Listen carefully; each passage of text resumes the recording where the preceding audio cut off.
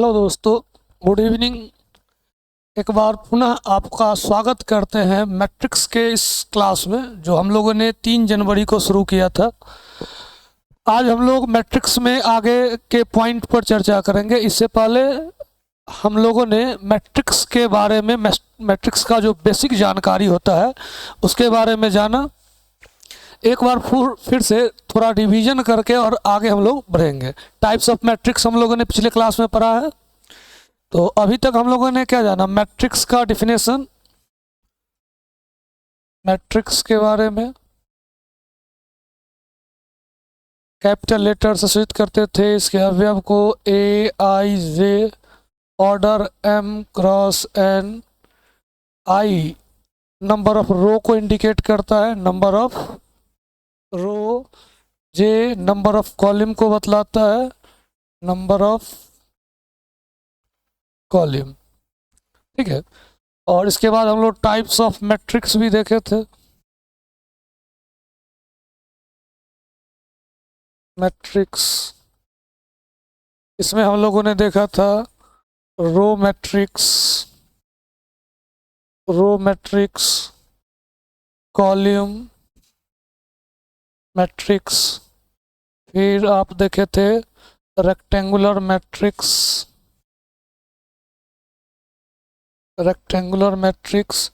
Horizontal matrix,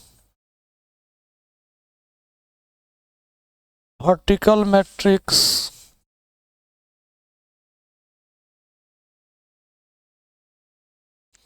square matrix, diagonal matrix, scalar matrix, unit matrix,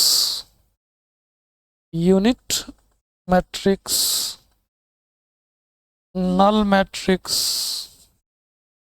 upper triangular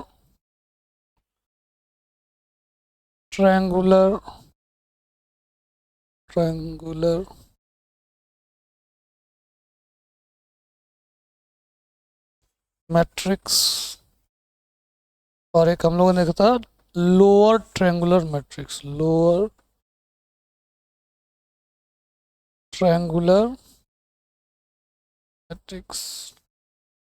ये सब हम लोगों ने देखा था पिछले क्लास में।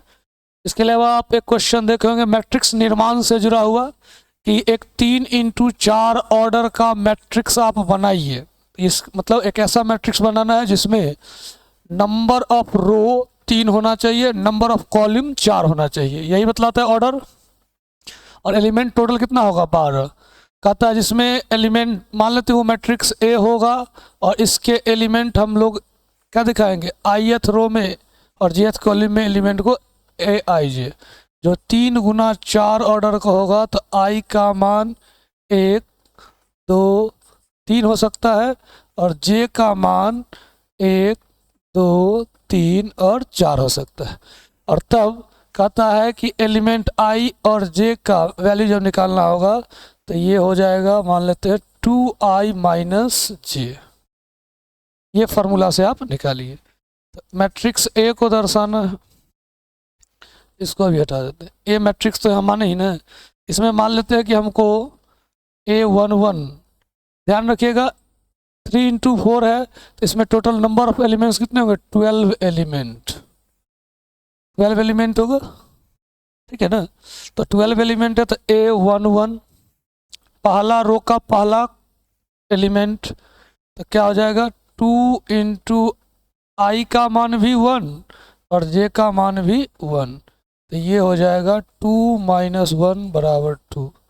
अगर यही रहता A12 तो क्या हो जाता 2 इंटू, इस फार्मूला पर 2 इंटू आई का मान 1 माइनस जे का मान 2, तो ये होता 2 माइनस 2 0।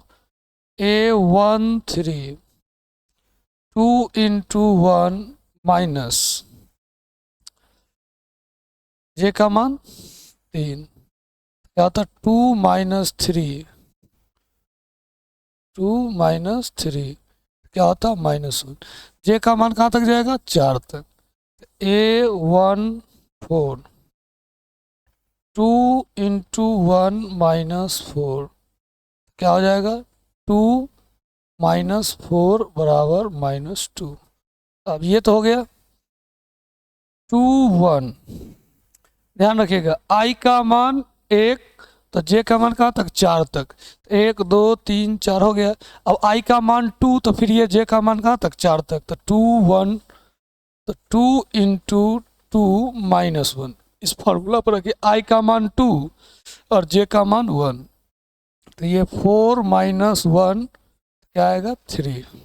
इधर निकालते हैं ए 2 2, तो इस फार्मूला में 2 इंटू आई का मान 2 माइनस जे का मान भी 2, तो ये बन जाएगा कितना, 4 -2 6।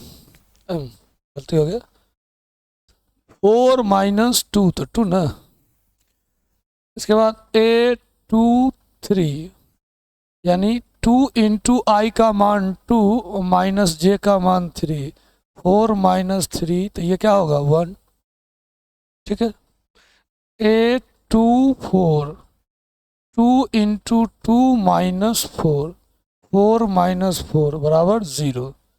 फिर आई का मान 2, जे का मान कहाँ तक, 4 तक, तो ये तो हो गया। फिर अब आते हैं ए 3 1, तो 2 इंटू 3 -1 6 -1 कितना हो जाएगा, 5। ए 3 2, ये हो जाएगा 2 इंटू 3 -2 6 -2 तो 4। ए 3 3, 2 इंटू 3 -3 6 -3 तो 3। ए 3 इंटू 4, 2 इंटू 3 -4 6 -4 तो कितना आ जाएगा, 2। तो ये एलिमेंट्स मिल गए। अब आप देखिए 3 गुना 4 ऑर्डर का एलिमेंट ए, इसका अवयव क्या होगा, ए 1 1, ए 1 2, ए 1 3, ए 1 4, ए 2 1, ए 2 2, ए 2 3, ए 2 4, ए 3 1, ए 3 2, ए 3 3, ए 3 4। अब इन सब का वैल्यू आप पीछे निकाल चुके हैं। ए 1 1 2, ए 1 2 0, ए 1 3 -1, ए 1 4 -2। तो पहला 1 1 का वैल्यू 2 और 1 2 का वैल्यू 0। 1 1, ए 1 1 का वैल्यू 2, ए 1 1 का वैल्यू 2, ए 1 2 का वैल्यू 0, ए 1 2 का वैल्यू 0, 1 3 का वैल्यू -1 -1।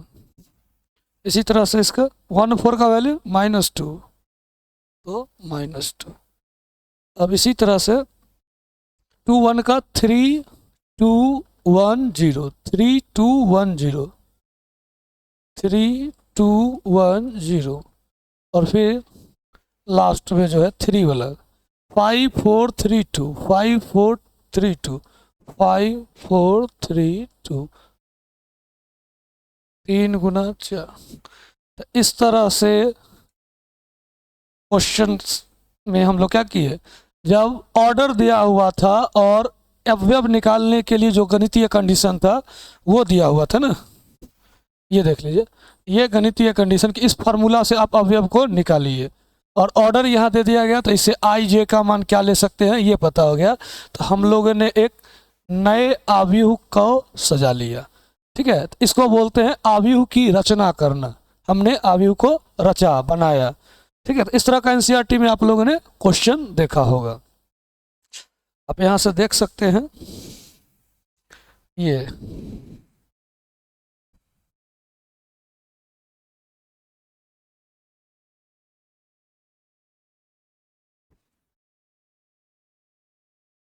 ये ना 3 इंटू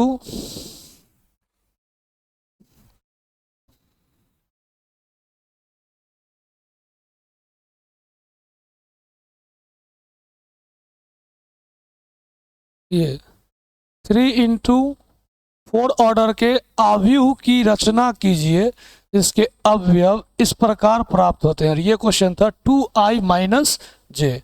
अगर आप यहाँ देखिएगा तो देखिए, है ना, 3 × 4 अवयव को रचना है तो ए मान लिए थे, ऑर्डर ये लिख दिए थे, और इसका जो एलिमेंट का वैल्यू निकालना है ए आई जे, वो इस फार्मूला से ये वैल्यू आपको निकालना पड़ेगा, और उसके बाद लास्ट में ये सजा दिए, तो यही हमारा क्या होगा, आंसर। समझ आ रहा है कि नहीं? तो ये था अवयव के प्रकार। अब हम लोग एक अवयव के प्रकार में ही नेक्स्ट चीज पढ़ेंगे, वो होगा तुल्य अवयव।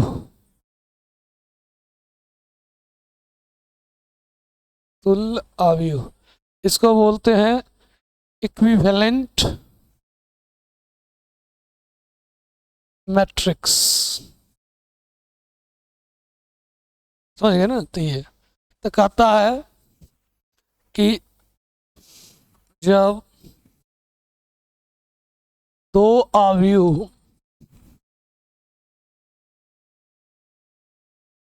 आप मान सकते हैं ए और बी के कोटि समान हो तो वे दोनों तुल्य अवयव कहलाएंगे। तुल्य अवयव कहलाते हैं।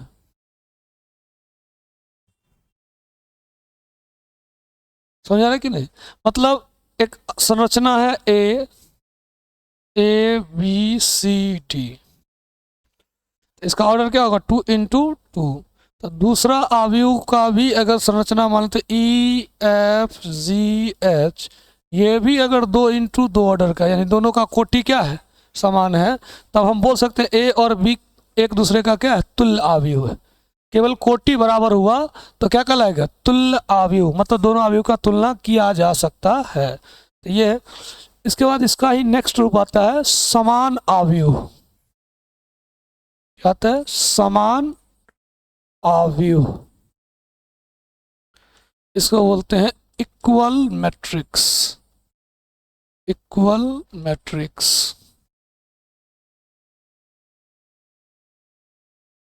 तो कहता है वह अवयव, या हटा दीजिए इसको,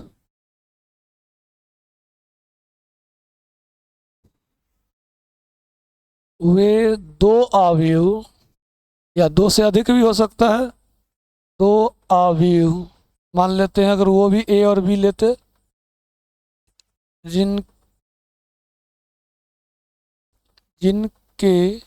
जिनकी कोटि बराबर हो एवं एक दूसरे अवयव का अवयव के संगत अवयव समान हो।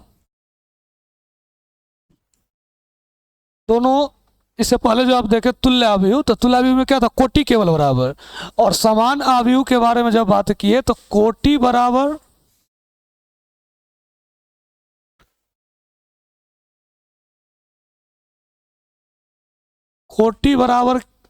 और अवयव जो है, दो अवयव है, तो उसके संगत अवयव भी क्या होंगे, बराबर। संगत अवयव कहने का मतलब, जैसे पहले ये देखिए, एक अवयव है, मतलब अवयव है, तो a b c d e f ये है, और एक अवयव बी है, मान लेते इसमें E F G,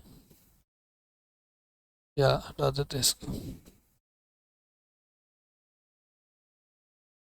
P Q R S T U, इस तरह से। तो इसका भी ऑर्डर क्या होगा, ऑर्डर हो जाएगा 2 × 3। इसका भी ऑर्डर क्या होगा, 2 × 3। तो कोटि बराबर है तो ये तुल्य अवयव होगा।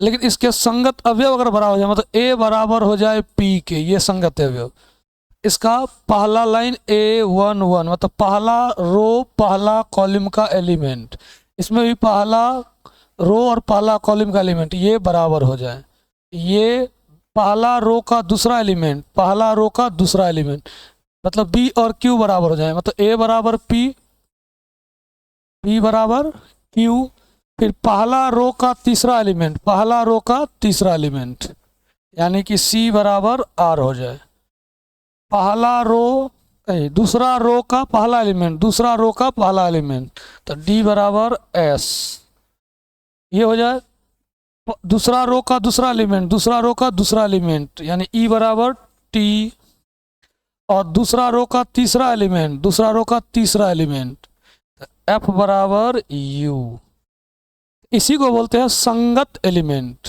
ठीक है, तो जब संगत एलिमेंट बराबर हो तो उसे क्या कहा जाता है, उसे कहा जाता है समान आव्यूह। तो दो चीज है, अगर केवल कोटि बराबर है, केवल कोटि बराबर है तो तुल्य आव्यूह है, और कोटि बराबर के साथ साथ उसके संगत अवयव बराबर हो तो उसे क्या बोले हम लोग, समान आव्यूह कहते हैं। ठीक है, तो ये आप यहाँ देख सकते हैं कि अगर मान लीजिए कि एक आव्यूह ए है, इसका एलिमेंट ए आई जे है, ठीक, तो इसका ऑर्डर अगर m इंटू एन है, दूसरा एक अवयव है b, इसके अवयव बी आई जे है, और इसका भी ऑर्डर m इंटू एन है। ठीक है, तो a और b बराबर कहलाएंगे कब, जब ऑर्डर तो बराबर है ही, ऑर्डर क्या है बराबर, दूसरा कि a और b बराबर कहलाएंगे if a and b equal, then a I j बराबर b I j for all I j के मान के लिए। ठीक है, ये यानी कि A11 बराबर B11, A12 बराबर B12, A13 बराबर B13, A22 तो B22, A32 तो B32, सो ऑन, इसी प्रकार से। ठीक है, ये संगत अवयव बराबर होने चाहिए। ठीक है ना, तो यही चीज कहलाएगा इक्वल मैट्रिक्स। ये कंडीशन किसके लिए होगा, इक्वल मैट्रिक्स के लिए होगा। ठीक है, फिर आगे इस टाइप का क्वेश्चन आ जाए कि ए अवयव है ए आई जे, इसका एलिमेंट इसका ऑर्डर m इंटू एन है, और दूसरा अवयव b है, इसका अवयव वी आई जे, और इसका ऑर्डर लिख दिया m इंटू पी, और कह रहा है a बराबर b है, तो n और p में संबंध क्या होगा। तो अब ध्यान दीजिए, एम एन क्या है, order of matrix a b, और एम पी क्या है, ऑर्डर ऑफ मैट्रिक्स बी, और चूंकि ये दोनों अवयव क्या कह रहा है कि बराबर है, इसका अर्थ है, इसका अर्थ होता है कि ये दोनों ऑर्डर आपस में क्या होंगे, बराबर। तो m क्रॉस n बराबर होगा m क्रॉस p के, m और m बराबर हैं तो n को बराबर होना पड़ेगा p के, इसलिए n बराबर p, यानी n और p में बराबर का संबंध होना चाहिए। ठीक है, तो इस टाइप का और भी क्वेश्चन बनाया जा सकता है। तो ये हो गया, तो अब आप समझे इक्वल मैट्रिक्स। अब आते हैं हम लोग क्वेश्चन पर। ठीक है ना, इक्वल मैट्रिक्स पर क्वेश्चन आपको ऑब्जेक्टिव में सब्जेक्टिव में 2 नंबर वाला में लॉन्ग आंसर नहीं, शॉर्ट आंसर क्वेश्चन में बोर्ड में देखने को मिल सकता है। ठीक है, तो इसको हटाते हैं हम लोग।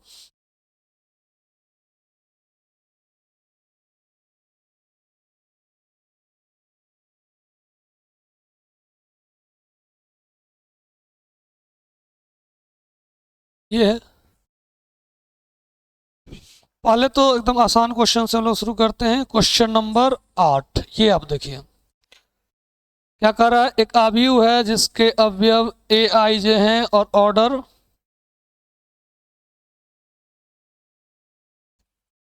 ऑर्डर क्या है m इंटू एन, और ये वर्ग आवी होगा। तो वर्ग आवी होने के लिए नंबर ऑफ रो और नंबर ऑफ कॉलम क्या होना चाहिए, बराबर।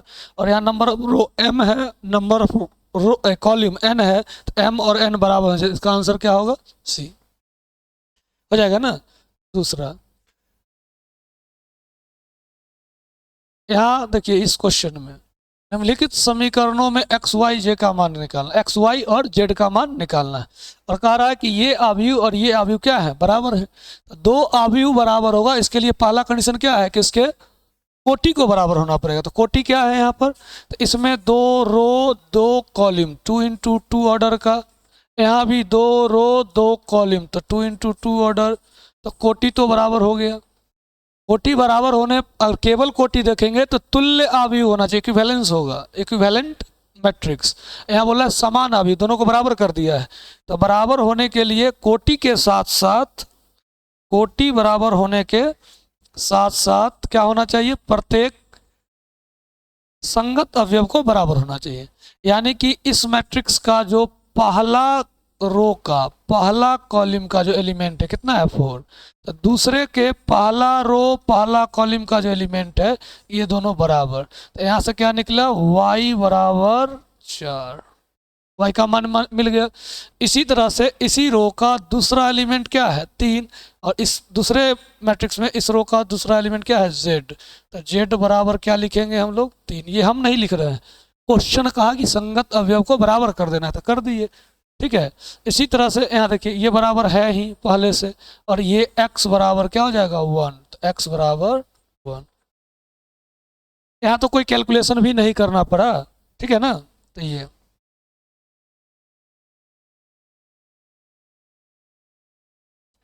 नेक्स्ट जो है इसको इधर लिख लेते हैं, x बराबर 1।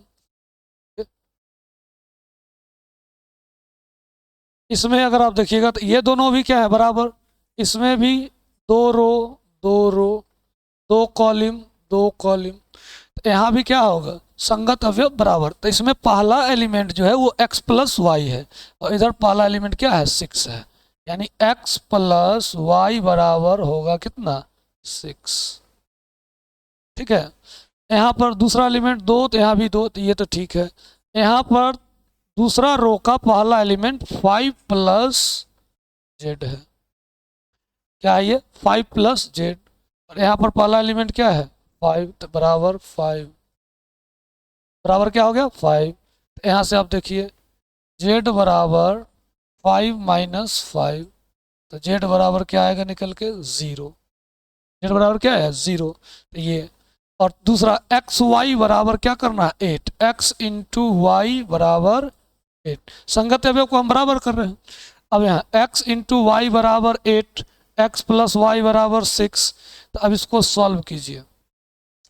तो एक तो है कि यहाँ से आप क्या कर सकते हैं, निकालिए y बराबर 8 बट्टा x, और फिर इसका वैल्यू आप यहाँ रख के फिर सॉल्व कीजिए, ठीक है। और एक है कि अगर कैलकुलेशन फास्ट जब हो जाएगा तो अब आप देखिएगा, क्या देखिएगा, ये बिना किए भी हम निकाल सकते हैं। कैसे, तो x और y का ऐसा दो मान ढूंढिए कि गुना करें तो 8 हो जाए, जोड़े तो 6।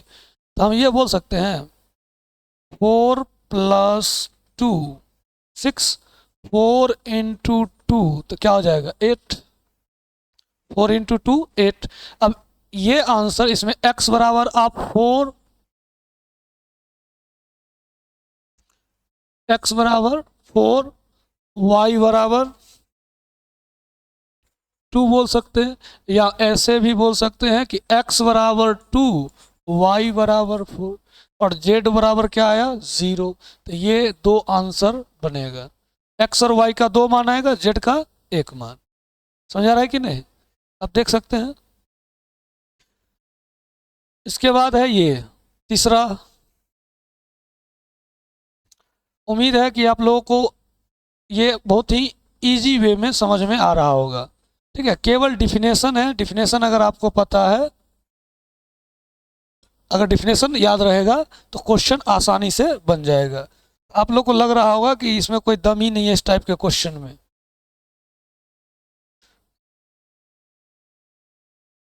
ठीक है ना। अब फिर यहाँ देखिए, ये जो मैट्रिक्स है इसमें ये तो जुटा हुआ है, अंकों को जोड़ के लिखा है, लेकिन ये एक ही रो में है, एक ही कॉलम में है, और ये भी क्या है, एक ही कॉलम में। यहाँ से अगर आप सॉल्व कीजिएगा तो x plus y plus z बराबर कितना आएगा, 9। x plus y plus z बराबर कितना आएगा, 9। x प्लस जेड बराबर कितना आएगा, 5। अगर यहाँ x प्लस, ये हटा दीजिए इसको, बाद में ही बतलाते हैं इसको। x plus y plus z बराबर कितना है यार, और y प्लस जेड बराबर कितना आया, 7। तो y प्लस जेड यानी y प्लस जेड ये है ना, इसके जगह पर कितना लिखेंगे, 7। यहाँ से x बराबर कितना निकल के आएगा, 2। ये 7 उधर जाएगा तो x बराबर यहाँ 2 रखेंगे तो z बराबर कितना आएगा, 3। अब बताइए,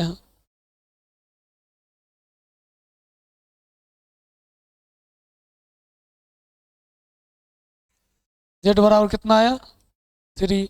और z बराबर अगर यहाँ 3 रख दे, नहीं ये तो x है ही ना, यहाँ z बराबर 3 रख दे, 3 तो 3 उधर जाएगा तो y बराबर कितना आएगा, 4। बताइए कितना आसान था ये क्वेश्चन। तो इस टाइप का क्वेश्चन हमको मिलेगा। नीचे भी दिया गया है, आप इसको देख सकते हैं।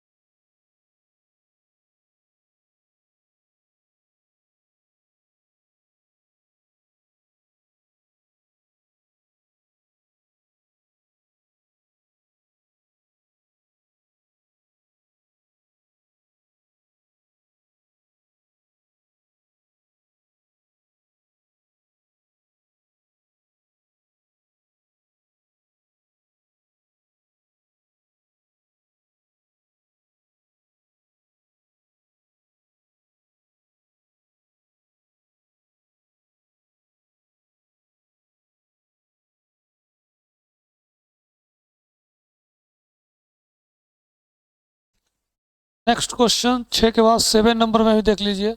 ये दोनों क्या है, इक्वल मैट्रिक्स। ये दोनों क्या है, इक्वल मैट्रिक्स। तो ये इसके बराबर यानी a माइनस बी बराबर क्या होगा, -1। संगत अवयव को बराबर कर देना, 2a प्लस सी बराबर कितना होगा, 5। 2a माइनस बी, ये ना, ये अवयव किसके बराबर, 0, तो बराबर 0। तो यहाँ से b बराबर क्या आ जाएगा, 2a। यहाँ b के जगह पर 2a रखिएगा, 2a, तो a माइनस 2a बराबर -1। तो माइनस a बराबर -1, इसलिए a बराबर क्या हो जाएगा, 1। a बराबर 1 रखेंगे तो b बराबर क्या हो जाएगा, 2 हो जाएगा कि नहीं। और b बराबर यहाँ अगर 2 रखिएगा, 2 तो 2 इंटू 2 कितना, 4। तो c बराबर कितना आ जाएगा, c बराबर आ जाएगा 1। ठीक है। और जब इसको बराबर कीजिएगा, एक तो बचेगा ना, 3c प्लस डी, इस ये संगत एलिमेंट इसके बराबर, तो 3c प्लस डी बराबर हो जाएगा 13। c का मान कितना, 1, तो यहाँ रखेंगे 1। 3 इंटू 1 प्लस डी बराबर 13। सॉल्व कीजिएगा तो d बराबर कितना आ जाएगा, 10। यानी a का मान कितना आया, 1, b का मान 2, c का मान 1 और d का मान 10। ठीक है, तो इस तरह से ये बन जाएगा। फिर आगे है कि इसमें x और y का मान क्या रखा जाए कि ये दोनों जो एलिमेंट हैं, दोनों जो मैट्रिक्स हैं वो क्या हो जाए, समान हो जाए। क्या हो जाए, समान हो जाए। तो यहाँ पर भी आप आसानी से क्वेश्चन को सॉल्व कर सकते हैं। ठीक है ना। तो ये अच्छा, इसमें जो है ऑब्जेक्टिव बना दिया है।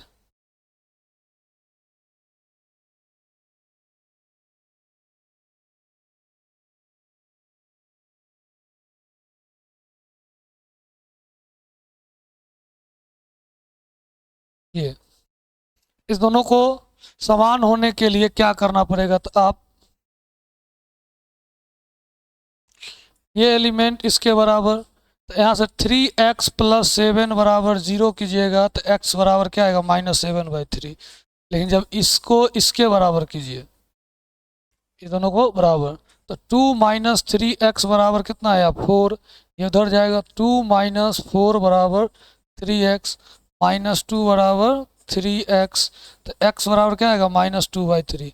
मतलब एक ही क्वेश्चन में y के कितने मान मिले, दो अलग अलग मान, और ये ऑप्शन में आपको कहीं दो मान नहीं मिलेगा। जैसे ये तो मान मिल रहा है -2/3, तो ये वाला भी तो मिला है -7/3 वाला, तो वो कहाँ है ही नहीं, तो इसलिए इसका मान ज्ञात करना क्या हो जाएगा, असंभव हो जाएगा। समझ आ रहा है कि नहीं। अगर एक आंसर आता तो हम ये मारते, ठीक है, y का मान यहाँ देखिएगा, तो इसको बराबर कीजिएगा, तो y + 1 बराबर 8, तो y बराबर क्या होगा 7, तो y बराबर 7 और x बराबर ये, तो ये तो आ जाएगा। लेकिन x का मान यहाँ से तो ये आएगा, यहाँ पर अगर x का मान -2/3 रखते हैं तो ये -2/3 तो 5 आएगा, तो ये 5 कभी भी 0 के बराबर नहीं होगा, तो x का ये मान संभव नहीं है, ठीक है ना। तो किस मान के लिए अगर मान लीजिए पूछा, तो ये अगर रख के देख लेते हैं किस पर -2/3, तो ये तो यहाँ नहीं होगा, इसके यहाँ से ये आएगा। और जब -7/3 रखते हैं तो ये दोनों बराबर होगा, लेकिन ये बराबर नहीं होगा, अब करके देख सकते हैं। तो ये तो हमको तो x का वो मान चाहिए ना, x का वो मान चाहिए जिस पर ये पूरा सही हो जाए, वो मान नहीं मिला, इसलिए ज्ञात करना संभव नहीं है। और एक नीचे क्वेश्चन जो दिया है,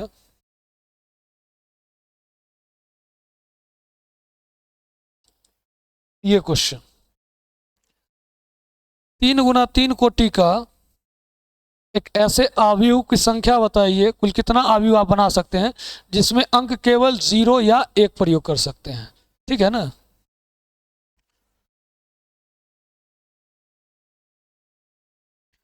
तो ये भी क्वेश्चन हम लोग देख सकते हैं।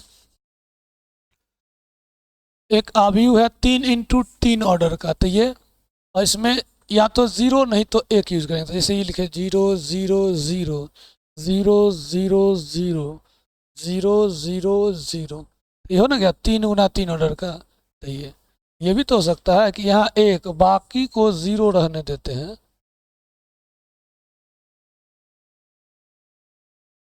तो ये भी तो 3 × 3 ऑर्डर का है, और ये दोनों बराबर नहीं है क्योंकि बाकी सब अवयव बराबर है, लेकिन एक अवयव भी तो डिफरेंस हुआ तो मैट्रिक्स क्या होगा, बदल जाएगा।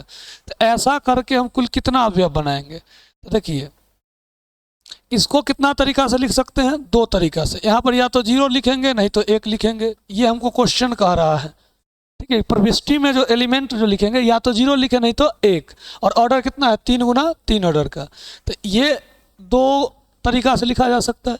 इसी तरीके से ये भी, फिर ये सब दो दो तरीका से लिखा जाएगा। समझ आ रहा है कि नहीं, सब कितना तरीका से लिखा जाएगा, दो तरीका से। या तो हम यहाँ 0 लिखेंगे या फिर 1, 0 या 1, 0 या 1, इस तरह से हर एलिमेंट को 9 एलिमेंट को, ठीक है ना। यानी एक एलिमेंट को दो तरीका से लिखा जा सकता है, और टोटल 3 × 3 ऑर्डर का एलिमेंट बनाने के लिए हमको बनाना 3 × 3 ऑर्डर का जो एलिमेंट बनेगा, तो उसके लिए कुल 9 एलिमेंट को लिखना पड़ेगा। एक एलिमेंट दो तरीका से, और प्रत्येक एलिमेंट, मतलब इसमें टोटल 9 एलिमेंट है, तो 9 एलिमेंट को आप दो दो तरीका से लिखेंगे। यानी कि 2 को मल्टीप्लिकेशन रूल अप्लाई कीजिएगा, तो 2 को 9 बार मल्टीप्लाई करना पड़ेगा, ठीक है। तो इसको 9 टाइम्स लिखिएगा तो 2 पर पावर 9, और इसका आंसर आएगा 512।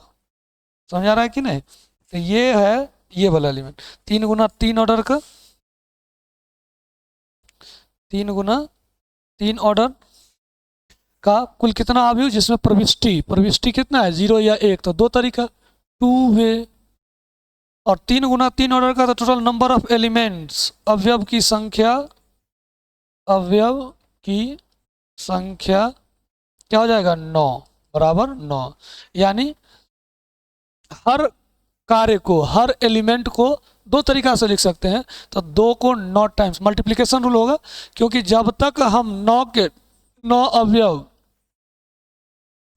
लिख नहीं देते तब तक हमारा 3 गुना 3 ऑर्डर का मैट्रिक्स नहीं बनेगा।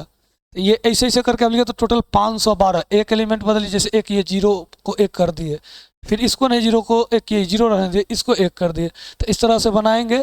फिर ठीक है, फिर सबका सब 1 1 1 करके भी तो बनेगा ये तो इस तरह से टोटल कितना एलिमेंट बनाएगा, तो टोटल कितना मैट्रिक्स बनेगा 512। तो ये हमारा आंसर होगा।